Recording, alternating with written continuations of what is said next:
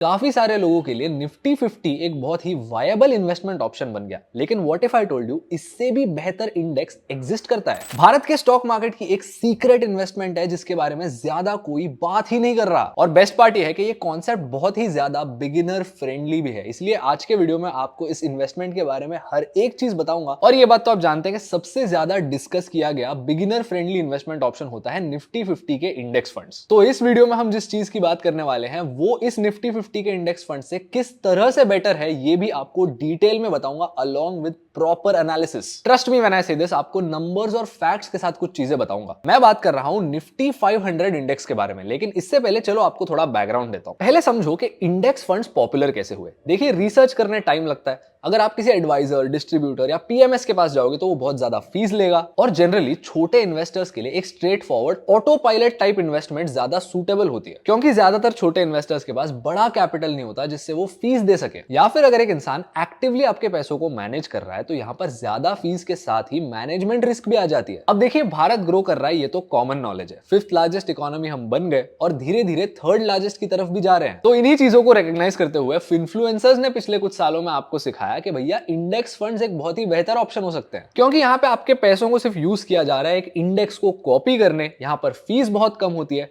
और long term के basis पर रिटर्न्स भी मिल जाते हैं। तो इसीलिए नेचुरली काफी सारे लोगों के लिए निफ्टी 50 एक बहुत ही वायबल इन्वेस्टमेंट ऑप्शन बन गया। लेकिन what if I told you इससे भी बेहतर इंडेक्स एग्जिस्ट करता है। और अब ये जो शब्द मैंने यूज किया है बेहतर, ये मैं अपने मर्जी से, अपने ओपिनियन से नहीं बोल रहा हूं, बल्कि कुछ फैक्ट्स के बेसिस पे बोल रहा हूं। अब देखिए, इसमें ना थोड़ी प्रॉब्लम्स है। सबसे पहले निफ्टी 50 जो है ना वो कंप्लीटनेस में थोड़ा लैक करता है। क्यों करता है वो बताऊंगा, रुको। और दूसरी चीज, पिछले इतने सालों में इंडेक्स फंड्स के पॉपुलैरिटी की वजह से लोग इंडेक्स फंड्स में इन्वेस्ट तो करते हैं लेकिन कुछ मेजर गलतियां करते हैं। जैसे अब एक बंदे ने सुन लिया कि भैया इंडेक्स फंड्स में इन्वेस्ट करना है तो वो एक ब्रॉड मार्केट इंडेक्स फंड में इन्वेस्ट करेगा, उसके बाद जाके एक स्मॉल कैप इंडेक्स फंड में इन्वेस्ट करेगा, फिर जाके एक मिड कैप इंडेक्स फंड में इन्वेस्ट करेगा। और इन इन्वेस्टमेंट के साइज में डिसिप्लिन जनरली लैक करता है। लोग अक्सर अपने खुद के रिस्क एपेटाइट को इग्नोर करते हुए अलग इंडेक्स फंड्स में अलग वॉल्यूम्स में इन्वेस्ट करते हैं और आगे जाके प्रॉब्लम होती है। जैसे मान लो इतनी रिसर्च किए बिना आपने स्मॉल कैप इंडेक्स फंड्स में बहुत ज्यादा पैसे इन्वेस्ट कर दिए और कल को जाके जब मार्केट गिरता है तब स्मॉल कैप इंडेक्स फंड्स और भी ज्यादा वायलेंटली गिरती है। तो अब ये जो दो चीजें हमने बताई ना, कंप्लीटनेस और रिस्क, ये प्रॉब्लम एक नई चीज सॉल्व करती है एंड दैट इज निफ्टी 500। चलो पहले शुरू करते हैं कंप्लीटनेस से। निफ्टी 500 जो है ना वो साइज में काफी बड़ा है, जैसे मान लो बड़े भारत का बड़ा इंडेक्स। क्योंकि अब देखिए, निफ्टी 50 जो है ना वो भारत के लिस्टेड मार्केट का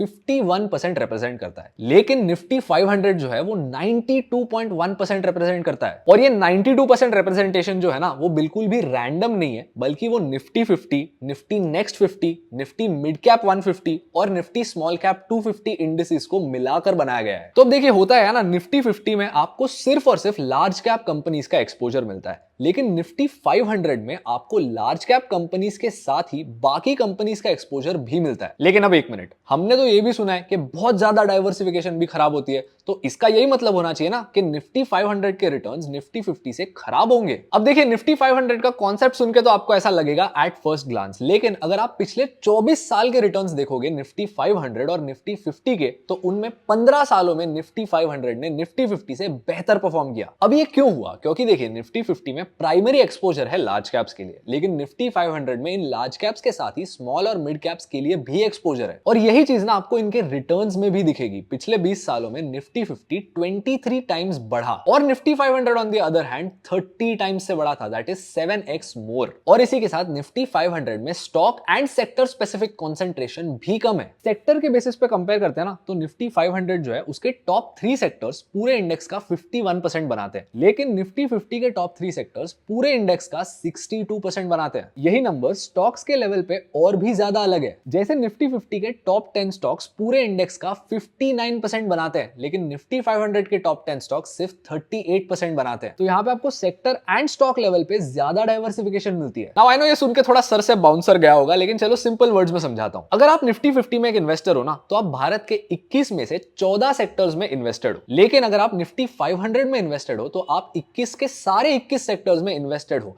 इसी के साथ निफ्टी 50 में जो इंडिविजुअल स्टॉक्स है वो जितने ज्यादा बड़े हैं उनका उतना ज्यादा वेटेज है। विच मींस अगर भारत के कुछ सबसे बड़ी कंपनीज में मेजर मूवमेंट्स आती है तो उसका इंपैक्ट निफ्टी 50 पर बहुत ज्यादा पड़ता है। ये होता है स्टॉक स्पेसिफिक कॉन्सेंट्रेशन। लेकिन यहीं पर निफ्टी 500 में 50 नहीं बल्कि 500 कंपनीज अक्रॉस दीस 21 सेक्टर्स, तो जब भी एक मेजर हैवीवेट कंपनी में बड़ी मूवमेंट आती है तो उसका पूरे इंडेक्स पर इतना इंपैक्ट नहीं पड़ता। लेकिन एक मिनट रुको, निफ्टी 500 में तुम्ही ने कहा स्मॉल कैप भी है, मिड कैप भी है, इसका यही मतलब है ना कि इसमें रिस्क भी ज्यादा होगा। मैंने कहा था ना हर एक चीज क्लियर करूंगा। चलो देखते हैं। मान लीजिए आप खुद ये स्टडी करते हो, एक लॉन्ग टाइम पीरियड ले लेते हो जैसे 15 से 20 साल, और आप निफ्टी 500 की वॉलेटिलिटी कंपेयर करते हो। अब यही वॉलेटिलिटी आप कंपेयर करते हो निफ्टी 500 के कंपोनेंट इंडिसेस के साथ, जैसे निफ्टी 50 या निफ्टी मिड कैप 150, तो आपको यहां पर दिखेगा कि निफ्टी 500 की जो वॉलेटिलिटी है ना वो इन कंपोनेंट इंडिसेस से कम है। जो सरल भाषा में आपको सिर्फ ये कहता है कि निफ्टी 500 जो है वो आपको डाइवर्सिफिकेशन के बेनिफिट्स देता है, ना कि ओवर डाइवर्सिफिकेशन के लॉसेस। लेकिन एक मिनट, अब तक तो सुन के ऐसा लग रहा है कि Nifty 500 is the obvious choice. यही है right choice baby. Does this mean यहां पर कोई भी डिसएडवांटेज नहीं है?